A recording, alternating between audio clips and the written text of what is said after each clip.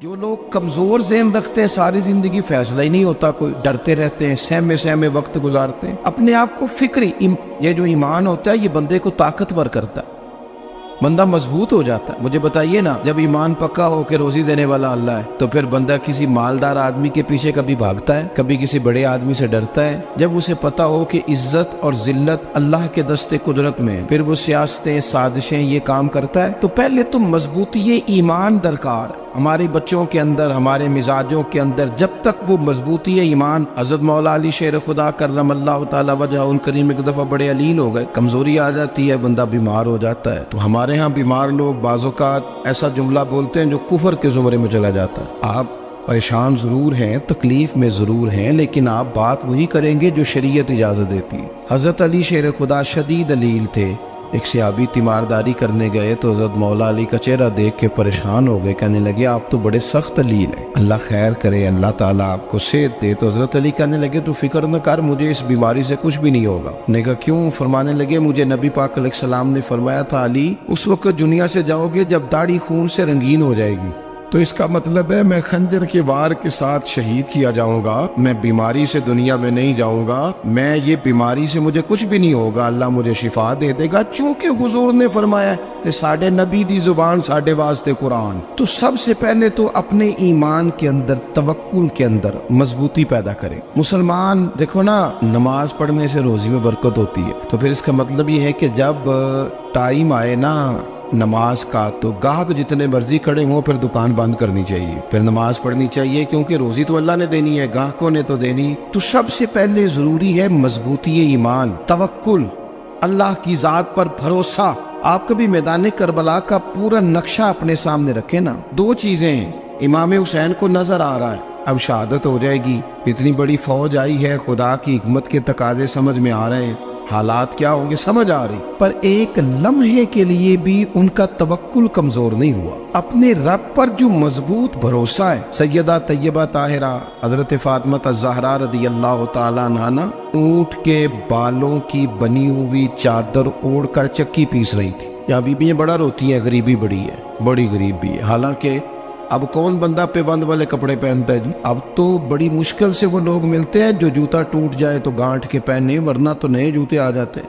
حضرت سیدہ پاک اونٹ کے بالوں کی بنی ہوئی چادر اوڑھ کے چکی پیس رہی تھی۔ نبی پاک صلی اللہ علیہ وسلم نے دیکھا، آنکھوں میں آنسو ضرور آئے، پر محبوب نے فرمایا فاطمہ دنیا میں تھوڑی سی تکلیف برداشت کرو، قیامت کی ساری عزت اللہ آپ کو ہی عطا فرمائے گا۔ تو توکل کی مضبوطی، اللہ کی ذات پر بھروسہ، اپنے رب کریم کے ساتھ امیدوں کا وابستہ کرنا، اس سے مضبوطی آئے۔ دوسرا فرمایا وَعَمِلُوا الصَّالِحَاتِ، بہترین عمل کیا جائے زندگی میں، نیک اعمال کیے جائیں، وقت ضائع نہ کیا جائے، ہر وقت کوئی نہ کوئی کام بندہ کرتا رہے۔ یہاں بہت سارے لوگ ہیں جن کو لوگ نیک کہنا شروع کر دیتے ہیں نا، وہ سمجھ لیتے ہیں شاید ہم سچی مچی نیک ہیں۔ لوگ جو کہتے ہیں حضرت صاحب کی بلا، پیر صاحب کی بلا، میں یہ طالب علموں کو، دوستوں کو، بلکہ اپنے آپ کو بھی کئی دفعہ کہتا رہتا ہوں، اپنے آپ کو سمجھاتا ہوں کہ یہ لوگ تجھے کہہ رہے ہیں حضرت صاحب، یہ تو رات کو تو اپنے آپ سے پوچھنا، اپنے رب سے پوچھ، کبھی موقع ملے تو اپنی گریبان میں جھانک، غور کر کے تیری کیفیت کیا ہے، تنہائی میں تیرا دل اللہ سے جڑتا ہے کہ نہیں، عبادت میں دل لگتا ہے کہ نہیں، خدا کا خوف دل میں رہتا ہے کہ نہیں، غریب کی محبت، عزیزوں قربت والوں کا احساس طبیعت میں موجود رہتا ہے کہ نہیں۔ ایسے تو میرا مطلب ہے، لوگ کہہ دیتے ہیں حاجی صاحب آپ بڑے سخی ہیں، تو اس سے تو نہیں نا بندے نے سخی ہونا، سخی تو تب ہونا ہے جب اللہ کی بارگاہ میں مقبول ہوگا۔ اعمال صالحہ، نیک کام، اور وہ کرتا رہے بندہ، کوئی بھی کام اسے نیکی کا مل جائے نا۔ دیکھنا اپنا معیار ہر انسان نے بنایا ہوتا ہے کامیابی کا۔ کچھ لوگوں کا خیال یہ ہوتا ہے کہ بچے میرے پڑھ گئے، اپنی اپنی جگہ پہ سیٹ ہو گئے، میں اب بڑے سکون میں ہوں۔ کچھ کی رائے یہ ہوتی ہے کہ میں نے سب بچے بچیوں کا بیاہ کر دیا ہے، گھر میرا بن گیا ہے، اب میں بڑے آرام میں ہوں، قرار میں ہوں، سکون میں ہوں۔ تو اپنی اپنی رائے ہوتی ہے، لیکن حقیقت وہ ہے، اصل وہ ہے جسے اللہ کے قرآن نے بیان کیا۔ اللہ کریم نے فرمایا والعصر، اے محبوب علیہ السلام ہمیں آپ کے زمانہ مبارکہ کی قسم ہو، ان الانسان لفی خسر، فرمایا بے شک انسان خسارے میں، نقصان میں۔ اپنے تئیں کوئی دعویٰ کر لیتا ہے، آپ دیکھتے ہیں کہ بہت سارے لوگوں کے دعوے اپنے اپنے ہوتے ہیں نا۔ کسی بھی طالب علم سے آپ پوچھیں پیپر دے کے آئے تو پیپر کیسا ہوا ہے، تو کیا کہتا ہے؟ جب کینڈیڈیٹ الیکشن لڑتے ہیں تو رات کو جب وہ سوتے ہیں تو سارے جیت کے ہی سوتے ہیں، ان کو سب یہی کہتے ہیں کہ لوگ سارے تیرے ساتھ ہی ہیں. حالات، یہ جتنے بادشاہ حکمران ہوتے ہیں ان کے بگڑنے کی بنیادی وجہ ہوتی ہے کہ یہ خوش فہمیوں میں مبتلا ہوتے ہیں. ہم میں سے بھی ڈھیر سارے لوگ ہیں جو خوش فہمیوں میں مبتلا ہیں. کچھ کہتے ہیں جناب ہماری نسبت بڑی تگڑی ہے.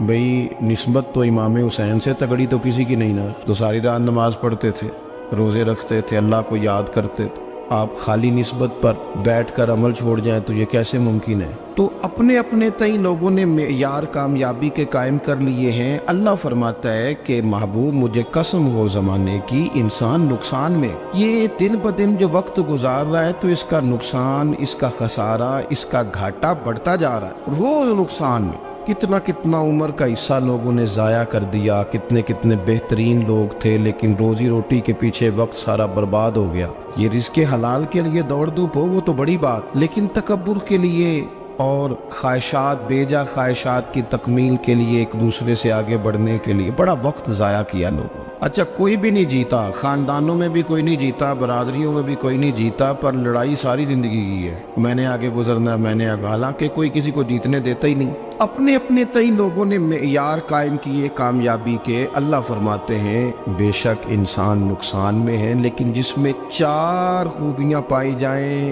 اللہ کا قرآن کہتا ہے وہ بندہ کامیاب ہو. کون کون سی؟ الا الذین آمنوا، سب نقصان میں نہیں سوائے ان لوگوں کے جو ایمان لائے. سب سے پہلے کیا کرے؟ ایمان ہو اس کے پاس، مضبوط ایمان. وعملوا الصالحات، اور ایمان بھی لائے اور نیک کام بھی کرے. اور صرف نیک کام نہ کرے، وَتَوَاصَوْا بِالْحَقِّ، لوگوں کو حق بات کی نصیحت بھی کرے. اور ظاہر ہے سچ بولے گا، حق بولے گا تو بڑے لوگوں کے مفادات کو ٹھیس پہنچے گی، کچھ لوگوں کو تکلیف بھی ہوگی. تو اب جب تکلیف ہوگی تو پھر مصیبت بھی آئے گی. تو اگر حق بات کہنی ہے تو پھر کیا کرے؟ وَتَوَاصَوْا بِالصَّبْرِ، اور ایک دوسرے کو صبر کی بھی وصیت کرے. 4 چیزیں پائی جائیں، ایمان، اعمال صالحہ، حق کی نصیحت، اس رستے میں آنے والی تکلیف پر صبر. اگر یہ 4 چیزیں میسر آتی ہیں تو اللہ کا قرآن کہتا ہے بندہ کامیاب ہے. اور اگر یہ 4 چیزیں نہیں تو پھر کوئی بندہ جتنا مرضی دعویٰ کرے، جتنا مرضی شور کرے، جتنا مرضی اعلان کرے، وہ کامیاب ہو سکتا. سب سے پہلے تو اپنا ایمان پکا کرے. یہ جو کچی پکی باتیں کرتے ہیں نا لوگ، مسلمان جو ہوتا ہے نا، مسلمان وہ لاوارث نہیں ہوتا، وہ وارث والا ہوتا ہے. اس کا رب ہر وقت اپنی رحمت سے اس کی حفاظت کرتا ہے. مسلمان ہر وقت نبی پاک علیہ السلام کے نگاہ کرم میں رہتا ہے. اسے کمزور باتیں نہیں کرنی چاہیے کہ میرے کو پیچھے چڑھ گیا تو پتہ نہیں کیا ہو جائے گا، برادری مخالف ہو گئی تو پتہ نہیں کیا ہو جائے گا، سچ بول دوں گا تو لوگ پتہ نہیں مجھے مار دیں گے. ایسا ہو نہیں سکتا. چھری حضرت ابراہیم چلائے بھی نا تو حضرت اسماعیل کے حلق پہ چلنا اس نے تب بھی ہے جب اللہ حکم کرے گا. تو اللہ کی حکمت ہوگی، حکمت الہی ہوتی ہے تو کوئی کام ہوتا ہے، ورنہ ہوتا. تو اپنی طبیعت میں مضبوط ایمان، توکل، اللہ پہ بھروسہ، مضبوطی افکار کی، کچی باتیں نہیں. دیکھو نبی پاک صلی اللہ تعالی علیہ وسلم نے فرمایا نیکی کو کبھی حقیر نہیں سمجھنا، کبھی حقارت سے نہیں نیکی کرنی کہ یہ بڑی چھوٹی ہے تو میں اس کو کروں. اب فرمایا کبھی حقیر نہ سمجھنا، نیکی کا کام جو بھی ملے کر دینا.